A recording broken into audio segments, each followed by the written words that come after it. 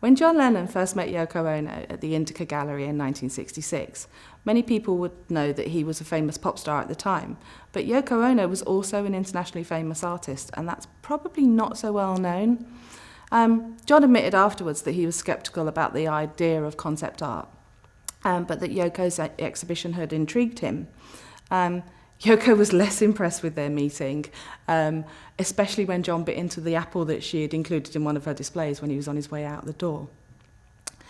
They maintained contact throughout 1967, and John actually provided funding for her Half a Wind exhibition that she did at the Lisson Gallery.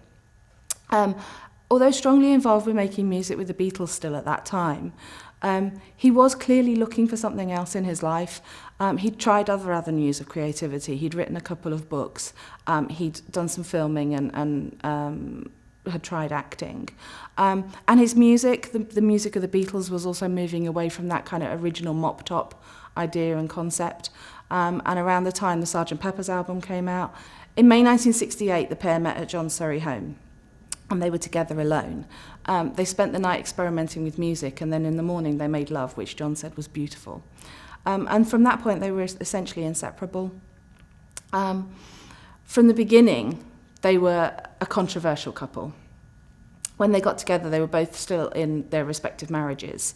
And the music that they made together was avant-garde. In an era when society in general was still fairly conservative, the couple decided that their first album cover would feature a full frontal nude picture of the pair of them together. EMI, the record label, refused to distribute the album, and in the end an agreement was reached where EMI pressed the album, but it was distributed by alternative companies. In addition, it would be distributed in a brown paper bag.